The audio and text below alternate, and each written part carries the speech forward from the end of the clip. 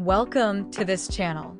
Progressive Patterns is all about the journey of personal growth and discovering your next step toward meaningful progress.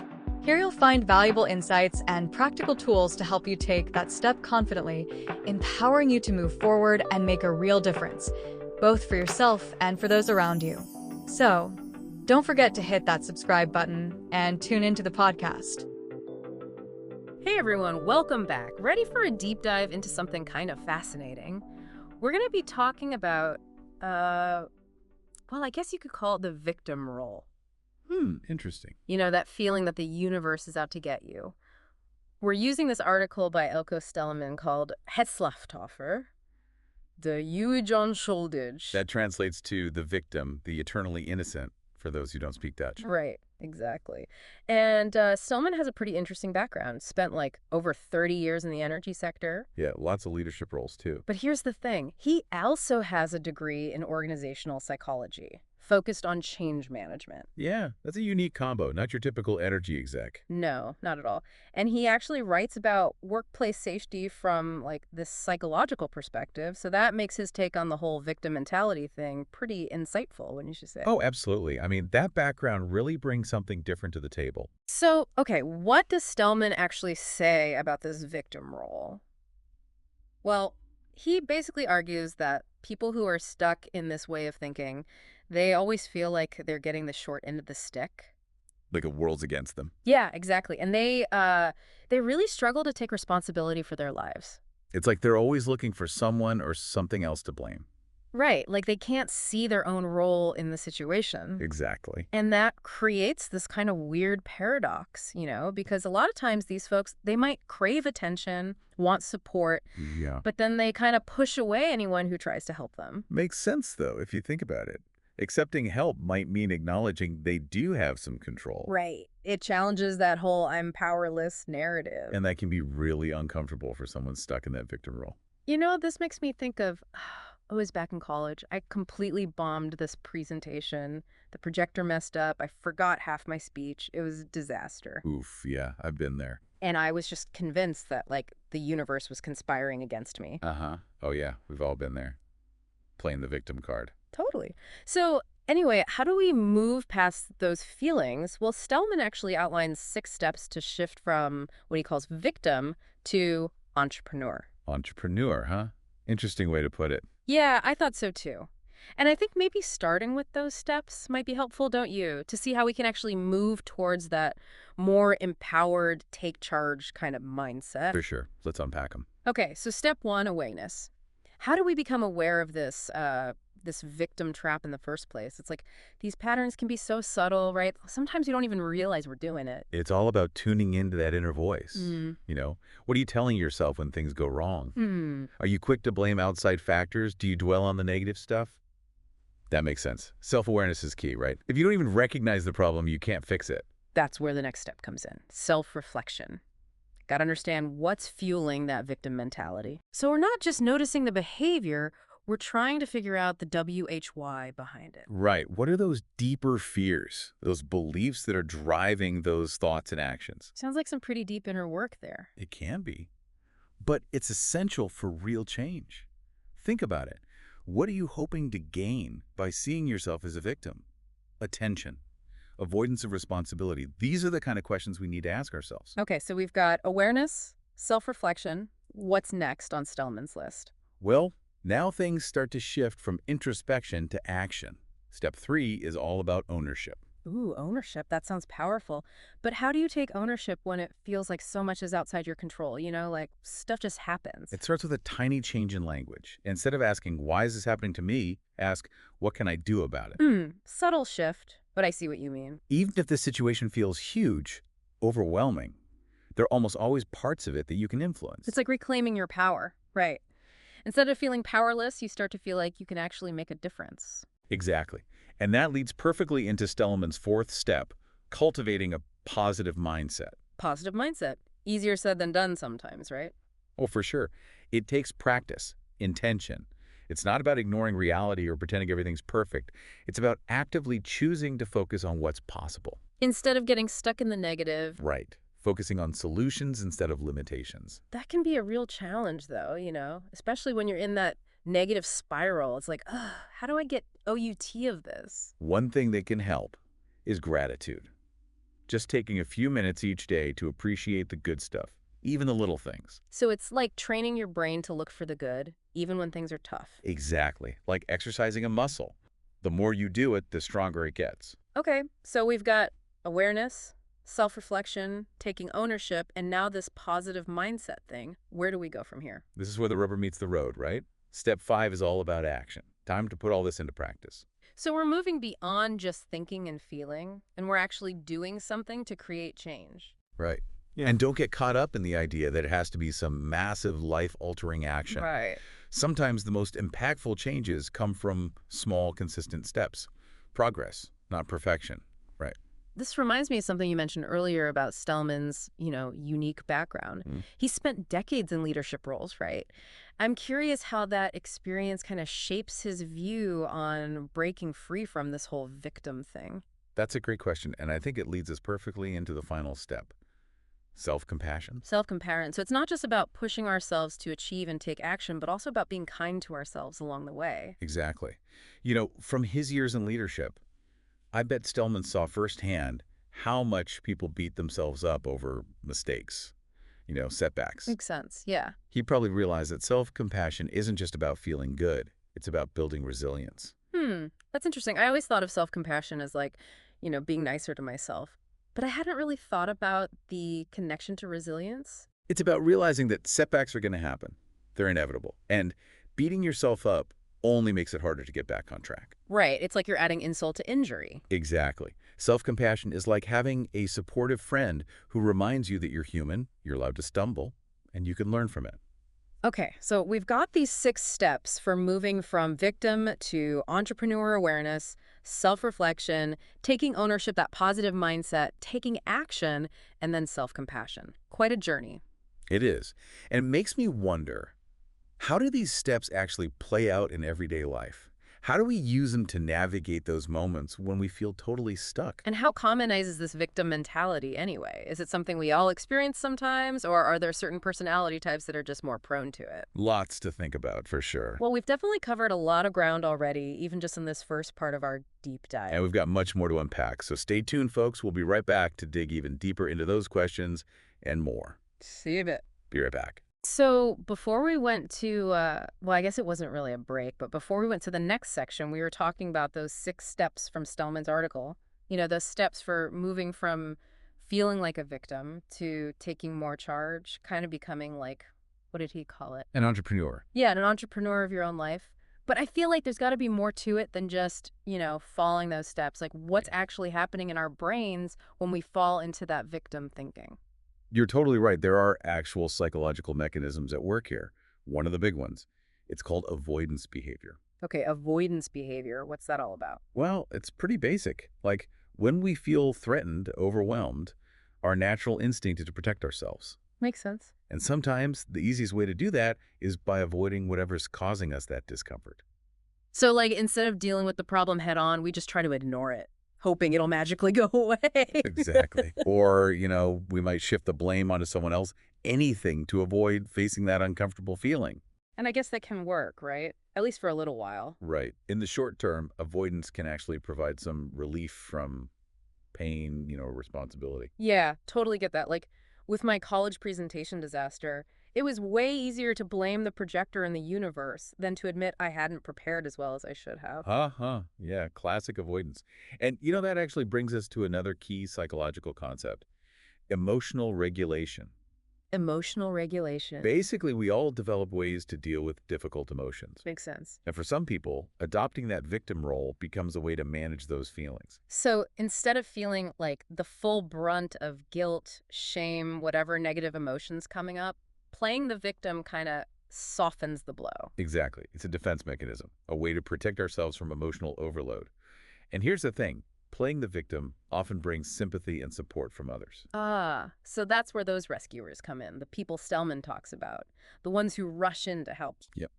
By presenting yourself as helpless, wronged, you kind of trigger a caregiving response in other people. Interesting. And while that can feel good in the moment, it can actually reinforce the victim mentality. Because now you've got outside validation for feeling powerless. Exactly. It becomes a vicious cycle. Whoa, I see that. You feel bad, you act like a victim, you get attention, and then that just strengthens the belief that you are a victim. It's a pretty complex web of psychological stuff, for sure. So even though these coping mechanisms might help us escape for a bit, they're not really helping us grow in the long run, are they? Right. When we're constantly externalizing blame, avoiding responsibility, we're missing out on opportunities to learn, to grow, to become more resilient. So how do we actually break free from this cycle? Stellman talks about taking ownership, cultivating a more positive mindset, but what does that actually look like? Like, how do you do that? It starts with, noticing those avoidance patterns. What are the situations, the triggers that tend to push you into that victim role? Once you see them, you can start to challenge the thoughts and beliefs that are driving that behavior. So it's like you got to become a detective of your own mind, Yeah. figuring out the root cause of these patterns. Exactly. And once you start to understand those deeper motivations, you can start experimenting with different ways of responding, instead of automatically reacting from that victim mindset. You can pause, take a breath, and consciously choose a different approach. So it's not about denying your emotions or pretending everything's okay. It's about learning to handle those emotions in a healthier way and choosing to focus on what you can control. You got it. That's the heart of it. Yeah. And it's not going to happen overnight. It takes practice, patience, and, like Stellman says, self-compassion. Speaking of which, I'm kind of curious, how common do you think this victim mentality is? Is it something we all experience sometimes, or are there certain personality types that are just like more prone to it? That's a great question. I think it's safe to say that most of us have probably dabbled in victim thinking at some point. Yeah, probably. It's a very human response to pain, to adversity. Yeah. The key difference is whether we let ourselves wallow in that mindset or whether we use it as a stepping stone to something more empowering. So it's not about judging ourselves for having those feelings. It's about recognizing them, understanding them, and then choosing to do something different. Exactly. It's about becoming more aware of those patterns, understanding why they're there, and then giving ourselves the tools and strategies to break free. Thinking back to Stellman's background, that whole energy sector thing, I'm wondering how that experience might have shaped his views on all this. Because, it's not exactly a field known for being, like, touchy-feely, is it? That's a really interesting point. You'd think that, like, a high-stakes, results-oriented environment might actually breed a blame game culture, right? Yeah, where everyone's just trying to protect themselves, point fingers when things go wrong. Right, exactly. Mm-hmm. But Stellman's advocating for self-compassion, taking ownership. I guess he must have seen firsthand how limited that blame and avoid approach really is. Because it might work for a while, but in the long run, it just creates a culture of fear and distrust. Right. Which probably doesn't lead to much innovation or collaboration, does it? Probably not. So I guess that's one of the cool things about Stellman's work, right? He's bringing this psychological lens to a field that's often seen as purely technical, logistical. Totally. And I think that gets to the heart of his message. We all have the power to move from feeling like a victim to becoming the architects of our own lives. It's not always going to be easy, but it's definitely a journey worth taking. Okay, so we've talked about, like, the psychology behind all this victim mentality stuff. But what about some practical tips for recognizing those patterns in our own WN lives? And then, like, how do we actually choose a different path? Well, that's where things get really interesting. Let's go back to those 6 steps and see how we can use them to make some real changes. Sounds like a plan. All right, so we've explored this whole idea of why we might feel like a victim. But the big question is, how do we actually break free from that mindset? Yeah, how do we move from understanding it to actually changing it? Exactly. So let's go back to those 6 steps from Stellman's article.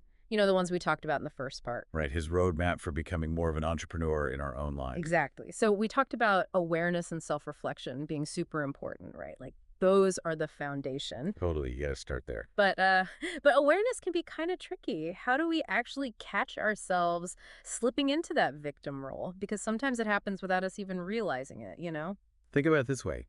Your thoughts, they create your feelings, and then your feelings, they drive your actions. Yeah. So start paying attention to that self-talk. What's that little voice in your head saying when things go wrong? Oh, yeah, that inner critic. Exactly. Are you focusing on what you could have done differently? Or are you immediately pointing fingers, blaming something outside of yourself? That's your cue to step back and really examine those thoughts. So it's about becoming more mindful, right? Like noticing those automatic reactions and asking yourself, hold on, is this really true? Is this actually helpful? Exactly. And that's where self-reflection comes in. Once you've, identified those victim-like thoughts, Hmm. it's time to dig a little deeper. Okay, so how do we do that? Ask yourself, what am I getting out of seeing myself as a victim in this situation? Is it attention? Am I trying to avoid responsibility? It sounds like journaling could be helpful for that, right? Oh, absolutely. Writing those thoughts and feelings down can really help you see the patterns. Makes sense. So we're getting more aware, we're reflecting on those deeper beliefs. Now, how do we move from just thinking about the problem to actually doing something about it? Well, that's where Stellman talks about taking ownership, right? Yeah, ownership. Yeah. That sounds powerful, but how do we do that? Especially when it feels like so much is outside of our control. Ownership is all about shifting from like a passive mindset to an active one. Okay. Instead of saying, this happened to me, you start asking, okay, what can I do about this? I see what you mean. Even if the whole situation feels, totally out of your control, there are almost always parts that you can influence, things you can do. It's like we talked about before with avoidance, like Yeah. blaming the projector for my presentation flop. It felt good for a minute, but it didn't actually help me get any better at presenting. Right. Taking ownership is about recognizing that you have agency. You have choices, even when things are tough. So it's not about pretending everything's perfect or denying our emotions. It's about taking responsibility for our part and then focusing on like what we can do to make things better. Exactly. That's a great way to put it. And that brings us to, what was it? Step 4, cultivating a positive mindset. How do we even start to shift our perspective when it feels like everything's going wrong? Well, it starts with recognizing that your thoughts are incredibly powerful. Oh, yeah, for sure. Our thoughts can really make or break us. They shape how you see the world, how you feel, and ultimately what you do. So instead of focusing on the negative, on what you can't control, try to look for the possibilities, the solutions. That makes sense in theory, but sometimes it feels impossible to be positive when you're in the middle of a tough time. I hear you. It's definitely not easy. One thing that can help is gratitude. Gratitude. Yep, just taking a few minutes every day to think about the things you're thankful for, even the little things. Like what? A sunny day, a good cup of coffee, anything that brings you a little joy. So it's like we're training our brains to look for the good even when things are hard. Exactly. Yep. Like exercising a muscle. The more you practice gratitude, the stronger that positive outlook becomes. Okay, I like that. So we're aware, we're reflecting, we're taking ownership, we're working on that positive mindset. What's next? Time to put it all into action, right? You got it. Step 5 is all about action. Moving from thinking and feeling to actually doing. This is where things can get a little scary though, right? It's Yeah. like, okay, I get it, but where do I even begin? You don't have to do it all at once. In fact, trying to make huge changes overnight usually just leads to burnout. Right, slow and steady wins the race. Exactly. Break down your goals into smaller steps. What's one tiny thing you can do today to move you in the right direction? So progress over perfection. Just take those baby steps and celebrate the small wins along the way. Exactly. And remember, you don't have to do this alone. Reach out for support, connect with people, find a mentor, maybe even talk to a therapist if you need to. Support is key. Which brings us to Stellman's final step, self-compassion. Ah, yes, self-compassion, so important. But why is it so important, especially for breaking free from that victim mentality? Because change is rarely a straight line, There will be setbacks, challenges, moments when you stumble. Oh, yeah, for sure. Self-compassion is about treating yourself with kindness and understanding during those times. So it's like being a good friend to yourself even when you mess up. Exactly. Self-compassion is what helps silence that inner critic, that voice that tells you you're not good enough. Which we all have, by the way. Don't let anyone tell you they don't have an inner critic, because they're lying. Haha, so true. But yeah, self-compassion gives you the space to learn from your mistakes, get back up, and keep going. So we've covered a lot today. From like the actual psychology behind feeling like a victim to all these practical strategies for actually breaking free. It's been quite a deep dive. It really has. And what I love about Stellman's 6 steps is that they can apply to so many different areas of life. Totally.